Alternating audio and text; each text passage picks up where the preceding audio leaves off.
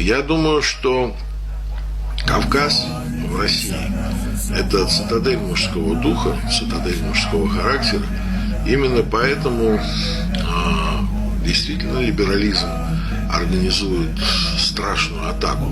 И не просто атаку в СМИ, не просто, так сказать, полицейское давление. 2 больших войны было организовано против Кавказа, чтобы нанести удар по цивилизации мужчин.